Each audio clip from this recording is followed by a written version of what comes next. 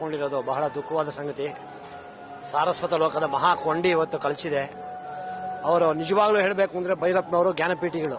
ಅವರು ಜ್ಞಾನಪೀಠ ಕೊಡದೇ ಇರ್ಬೋದು, ಆದರೆ ಅವರು ಅವರ ಒಂದು ಕಾದಂಬರಿಗಳ ಮೂಲಕ ಎಲ್ರಿಗೂ ಜ್ಞಾನವನ್ನು ಹಂಚಿದ್ದಾರೆ. ನಿಜವಾದ ಅರ್ಥದಲ್ಲಿ ಜ್ಞಾನಪೀಠಿಗಳು ಅಂದ್ರೆ ಎಸ್.ಎಲ್. ಭೈರಪ್ಪ ಅವರು. ಅವ್ರನ್ನ ಕಳ್ಕೊಂಡು ನಾವು ಬಹಳ ಬಡವಾಗಿದ್ದೀವಿ. ಕನ್ನಡ ಸಾಹಿತ್ಯ ಲೋಕ ಇವತ್ತು ಬಹಳ ಬಡವಾಗಿದೆ. ಇಲ್ಲ, ಭೇಟಿ ಆಗಿಲ್ಲ ಸರ್. ಅವರ ಇದನ್ನ ಕೇಳಿದ್ದೀನಿ ಅಷ್ಟೇ, ಭಾಷಣ ಎಲ್ಲ ಕೇಳಿದ್ದೀನಿ.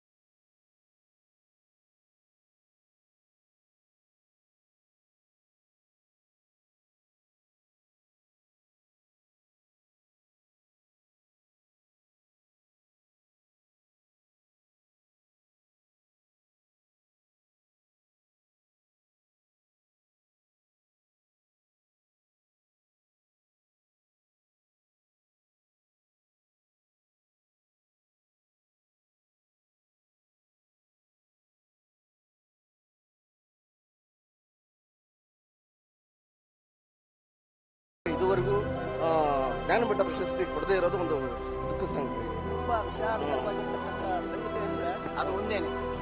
ಯಾಕಂದ್ರೆ ಅವರು ಬರೆದಿರ್ತಕ್ಕಂಥ ಬಹಳಷ್ಟು ಕೃತಿಗಳು ಮೇಲ್ಮಟ್ಟದ ಕೃತಿಗಳನ್ನೇ ಬರೆದಿದ್ದಾರೆ.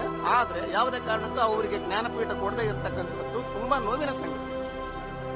ಕೊಡ್ಲೇಬೇಕಿತ್ತು. ಯಾಕಂದ್ರೆ ನಾವು ಎಲ್ಲ ಬಹಳಷ್ಟು ಕಾದಂಬರಿಗಳನ್ನ ಓದಿದೀವಿ. ಬಟ್ ಅದರಲ್ಲಿ ಮೇಲು ಬರಹಗಾರರು ಅಂತಂದ್ರೆ ಎಸ್.ಎಲ್. ಭೈರಪ್ಪನವರು ಅಂತ ಹೇಳೋದ್ರಲ್ಲಿ ಎರಡನೇ ಮಾತಿಲ್ಲ. ನಾವು ಸಮಗ್ರ ಕೃತಿಗಳನ್ನ ಓದಿದೀವಿ, ಭೈರಪ್ಪನವರ ಸಮಗ್ರ ಕೃತಿಗಳನ್ನ ಓದಿದೀವಿ. ನಮ್ಮ ಹತ್ರ ಈಗಲೂ ಅಷ್ಟೆಲ್ಲ ಪುಸ್ತಕಗಳ ಸಂಗ್ರಹಣೆನೂ ಇದೆ. ನಾವು ಅದೇ ಕಾರಣಕ್ಕಾಗಿ ಇಷ್ಟು ದೂರದವರೆಗೂ ಅವರಿಗೆ ನೋಡಲೇಬೇಕು ಅನ್ನೋ ಒಂದು ಕಾರಣಕ್ಕಾಗಿ ಬಂದಿತ್ತು. ಏನಂದ್ರೆ ಅವ್ರಿಗೆ ಕೊಡಬೇಕಿತ್ತು, ಕೊಟ್ಟಿಲ್ಲ. ಅದು ಒಂದು ಇದೇನೋ ಕನ್ನಡ ಸಾರಸ್ವತ ಲೋಕಕ್ಕೆ ಇದು ತುಂಬಾನೇ ನಷ್ಟ. ಇಂಥ ಸಾಹಿತಿ ಮತ್ತೆ ಹುಟ್ಟು ಬರ್ತಾರೋ ಇಲ್ವೋ ಅನ್ನೋದೇ ಒಂದು ಪ್ರಶ್ನೆ.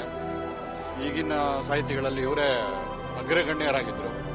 ಆಮೇಲೆ ಎಂಥ ಸಾಹಿತ್ಯ ಬರೆಯೋರು. ನಮ್ಮ ಹಾಸನ ಜಿಲ್ಲೆಯವರು, ಸಂತೇಶ್ವರದವರು. ಇವರು ಜ್ಞಾನಪೀಠ ಖಂಡಿತ ಬರಬೇಕಾಗಿತ್ತು.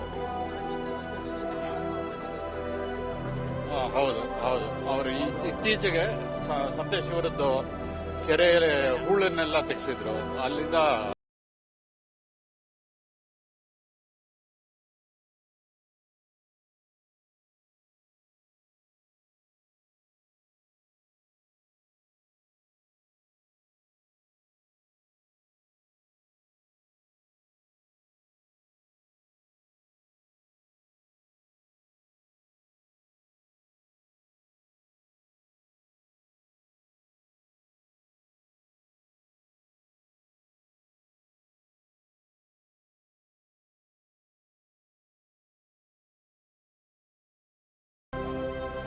ಭಿತ್ತಿ, ಆವರಣ, ತಂತು, ಅಂಚು, ಆಮೇಲೆ ಇದು ನಾಯಿನೆರಳು, ಮತದಾನ, ಸಾಕ್ಷಿ.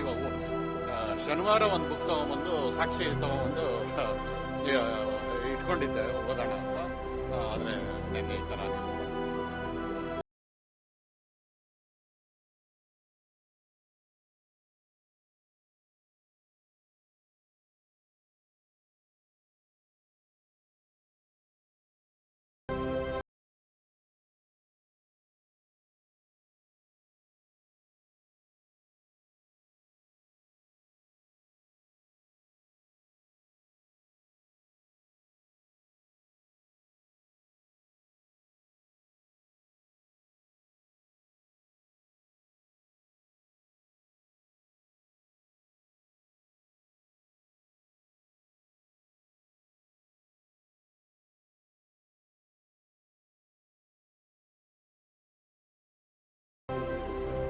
ನಾವು ಭೈರಪ್ಪನವರ ಕೃತಿಗಳಿಂದ ಪ್ರಭಾವಿತರಾಗಿ ಅವರ ಶೈಲಿಯಿಂದ ಮತ್ತು ನಮ್ಮ ಜೀವನ ರೂಪಿಸ್ಕೊಳ್ಳೋಕ್ಕೋಸ್ಕರ ಅವರ ಆತ್ಮಕ್ಕೆ ಶಾಂತಿ ಸಿಗದಂತೆ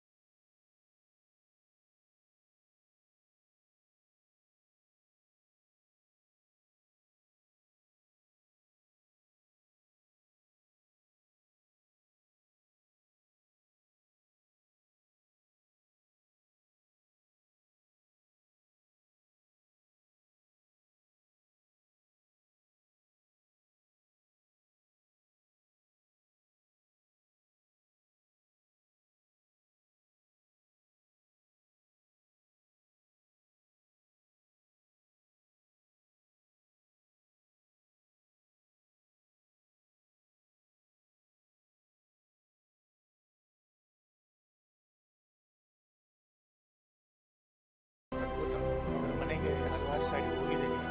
ಬಹಳ ಶಿಸ್ತಿನ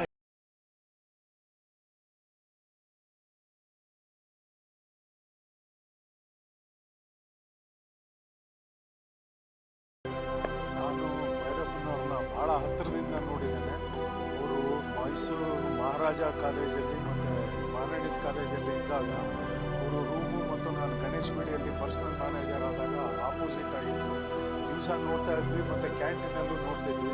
ಅವ್ರದ್ದು ಅಷ್ಟೂ ಕಾದಂಬರಿ ಅನಾವರಣ, ತಂತು, ನಾಯಿ ನೆರಳು, ದೂರ ಸರಿದವು, ಧರ್ಮಶ್ರೀ, ಜಲಪಾತ, ಡಬ್ಬಲಿ ನೀನಾದ ಮಗನೇ ಎಲ್ಲನೂ ನೋಡಿದ್ದೀವಿ ವಂಶವೃಕ್ಷದಿಂದ. ಅವರು ಮೈಸೂರಿನ ವರ್ಣನೆ ಮತ್ತು ಅವರು ಬಾಲ್ಯದಲ್ಲಿದ್ದಾಗ ಚನ್ನರಾಯಪಟ್ಟಣದಲ್ಲಿ ಅವರು ಕಟ್ಟಿರತಕ್ಕಂಥ ಮತ್ತು ಸೋದರ ಮಾವ ಅವರಿಗೆ ಕೊಟ್ಟಿರೋ ಸಂಕಟಗಳೆಲ್ಲ ನೋಡಿದ್ರೆ ಭಾಳ ಮನಸ್ಸಿಗೆ ಇದಾಗ್ತದೆ, ಅಚ್ಚಿ ಉಳಿತದೆ. ಅವರು ಚಿರಸಾಯವಾಗಿ ಮನಸ್ಸಲ್ಲಿ ಇರಲಿ ಅಂತ